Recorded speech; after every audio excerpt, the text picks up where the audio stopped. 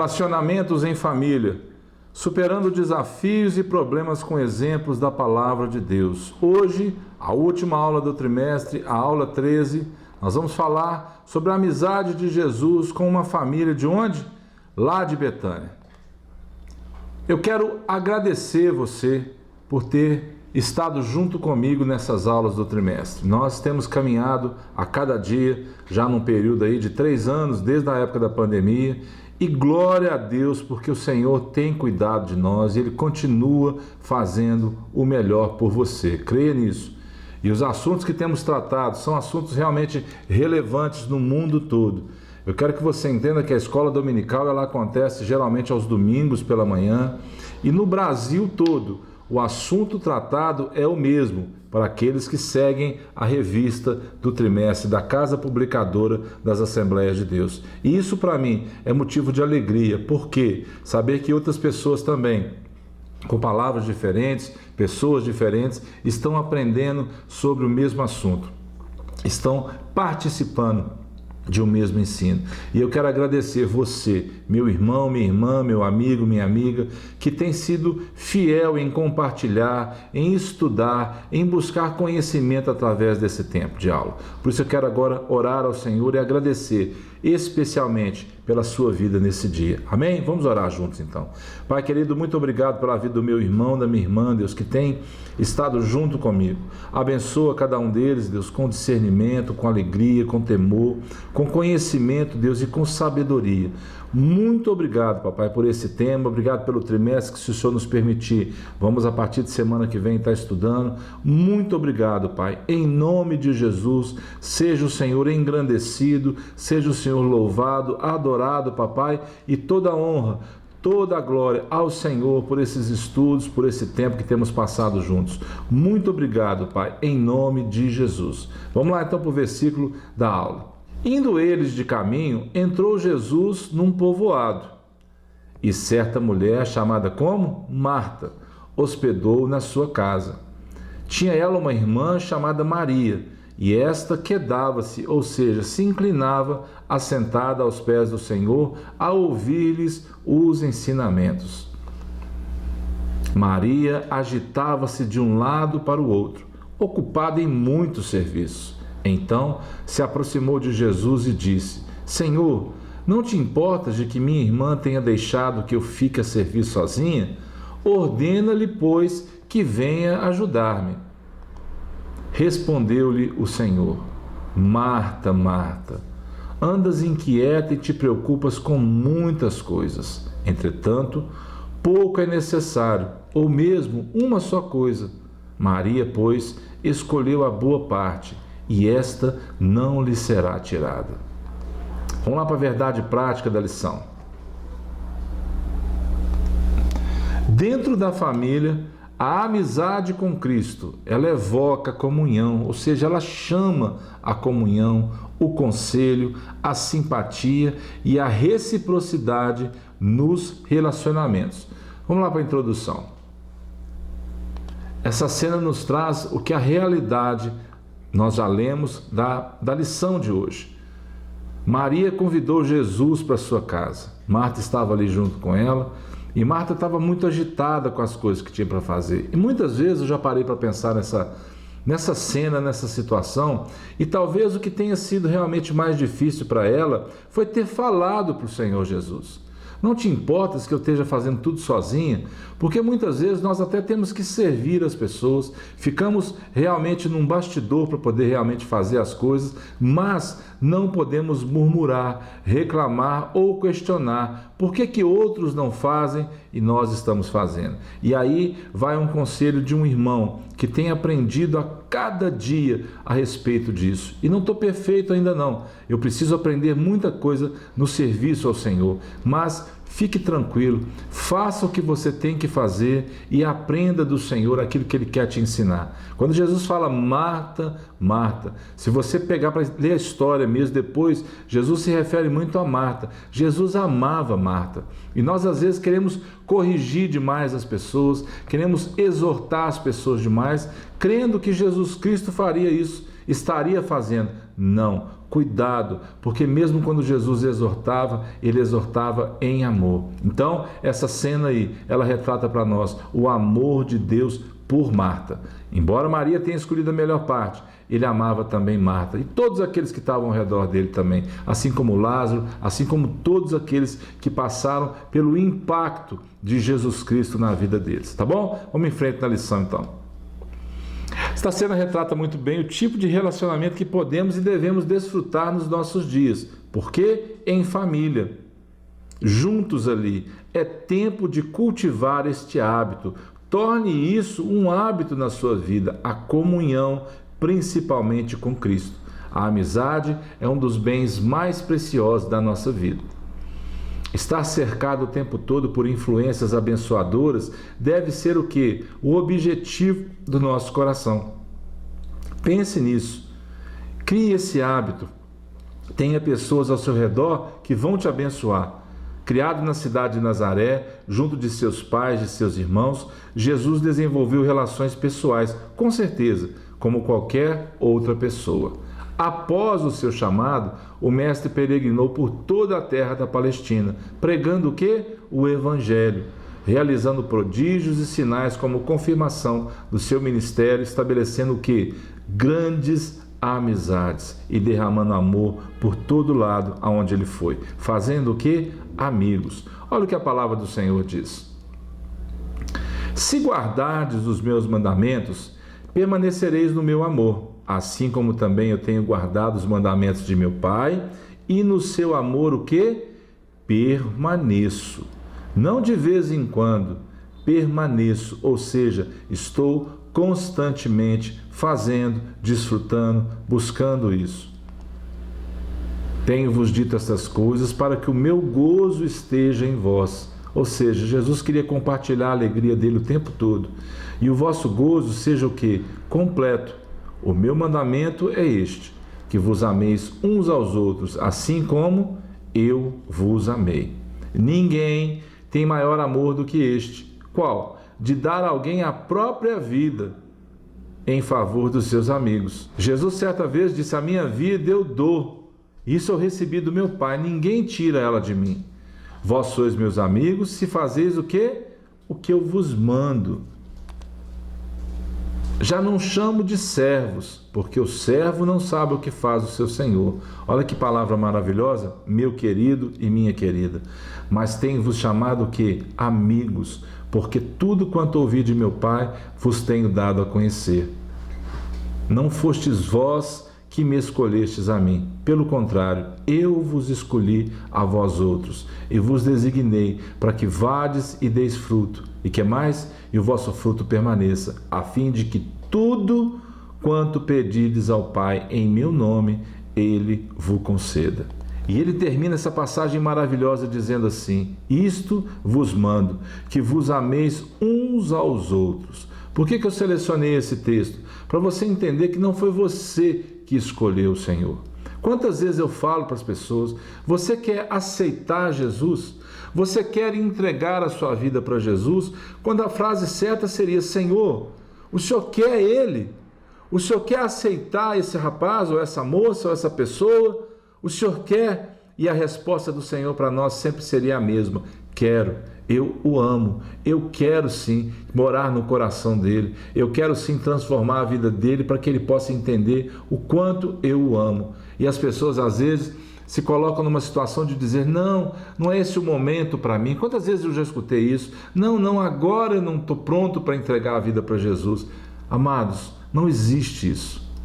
Ele é que tem que estar pronto para te receber. E a palavra final dele, não vos chamo mais de servo, mas eu chamo vocês de amigos, porque eu escolhi a vós outros. Amém? Que você se sinta feliz por ter sido escolhido pelo Senhor. Essa família, Lázaro, Marta e Maria, eles foram escolhidos pelo Senhor e eles aprenderam a desfrutar dessa companhia maravilhosa. Vale ressaltar que se entre os próprios irmãos havia os que não compreendiam a sua missão, estamos falando de Jesus, Jesus encontrou em Marta, Maria e Lázaro acolhimento especial para o seu chamado.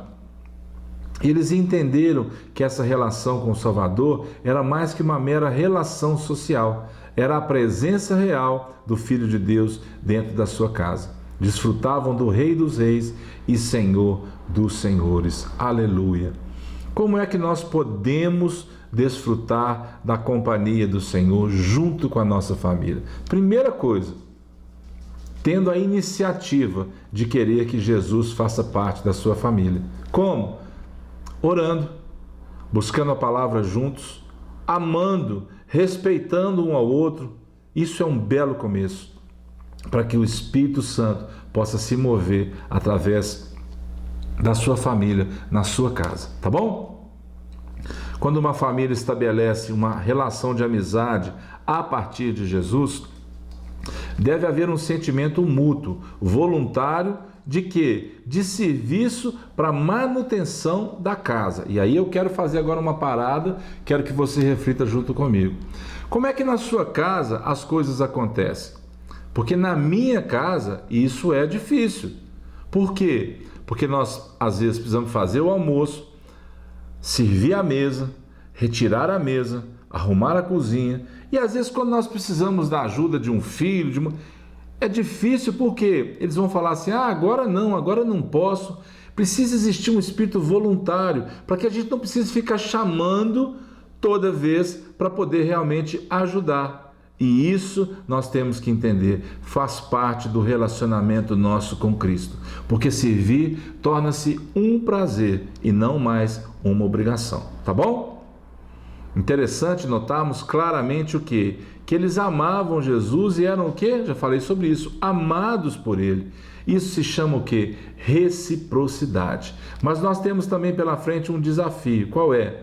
Ter a disposição de conhecer, compreender e administrar cada membro de nossa família de maneira sábia e respeitosa, reafirmando o quê? A personalidade de cada um deles. Vamos lá para a conclusão então. Vamos ver o que a lição vai falar para nós. Equilíbrio é fundamental. Precisamos sim reafirmar o que? A identidade de cada pessoa da nossa família. Cada pessoa da sua família é boa em alguma coisa. Descubra isso. Relacione-se com eles sabendo isso. Os seus filhos, a sua esposa, o marido, qualquer um que estiver na sua casa. Ele é bom em alguma coisa. Descubra isso. Educando. Você não educa mandando as coisas para a pessoa, querendo que seja externamente. Não, você educa de dentro para fora. Foi isso que Jesus tentou o tempo todo fazer conosco. E Ele continua fazendo isso. Ter uma vida social agitada, sem uma vida espiritual de raízes profundas, é viver no vazio. Como já diria nosso amigo Salomão, vaidade de vaidade. Tudo é vaidade, ou seja, vazio.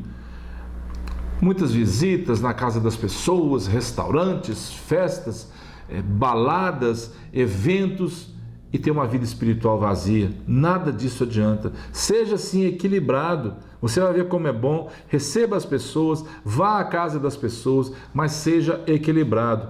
Perceba para que vocês têm se ajuntado, para que vocês têm estado juntos. É para glorificar o Senhor? Continue fazendo. Se for para satisfazer uma vontade sua, de não muitas vezes querer ficar dentro de casa, de muitas vezes não suportar a igreja onde você está, as pessoas, nada disso pode realmente ser superior à sua vontade de agradar a Deus, tá bom? A nossa família deve ser um ambiente em que a nossa vida com Deus seja potencializada, ou seja, realmente ali você precisa aprender, você precisa desejar mais, potencializar o que Deus tem para você, a fim de que nossa vida social seja o quê?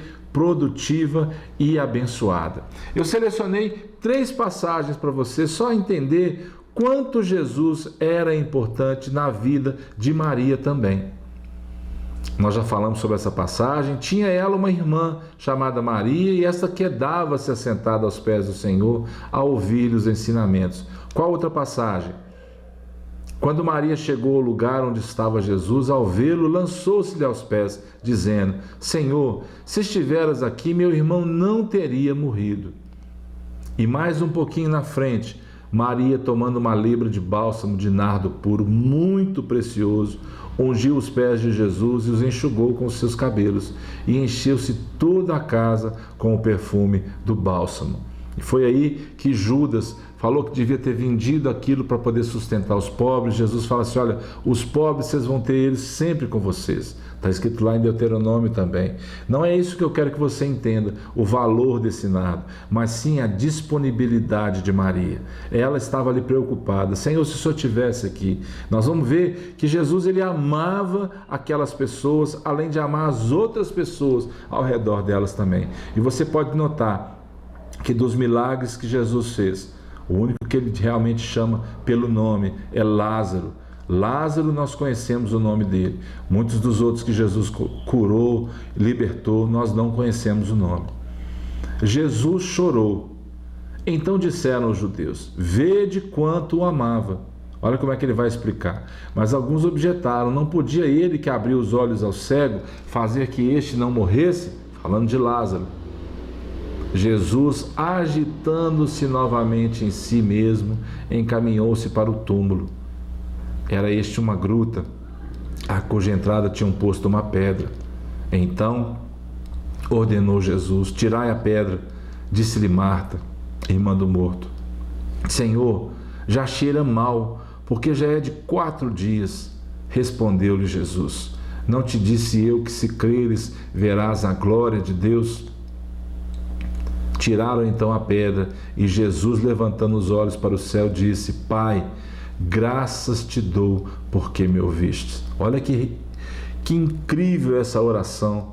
Que relacionamento era esse de Jesus Cristo com o Pai? Aliás, eu sabia que sempre me ouves. Confiança, mas assim falei por causa da multidão presente. Jesus pensando também naqueles que estavam ao redor, para que creiam que tu me enviastes. E aí a palavra maravilhosa do Senhor, qual? E tendo dito isto, clamou em alta voz: Lázaro, vem para fora. Saiu aquele que estivera morto, tendo os pés e as mãos ligadas com ataduras e o rosto envolto num lenço. Então lhes ordenou Jesus: desatai-o e deixai-o ir.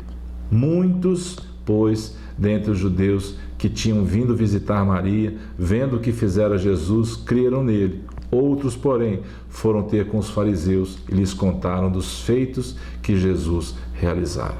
Amém? Próximo trimestre. Acabamos de falar agora sobre relacionamentos em família.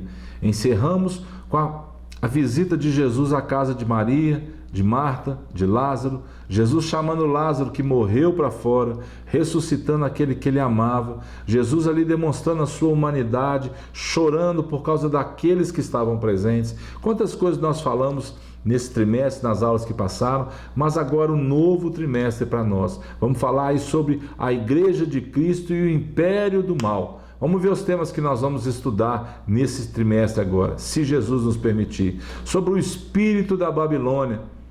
Vamos falar sobre pecado, sobre o ensino progressista.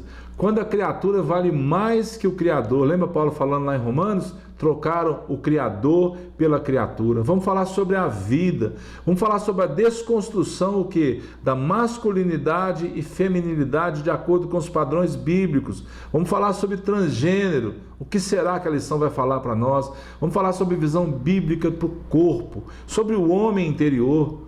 Vamos falar sobre convicção cristã, sobre a igreja do Deus vivo. E a última aula, se o Senhor nos permitir, o mundo de Deus e o mundo dos homens.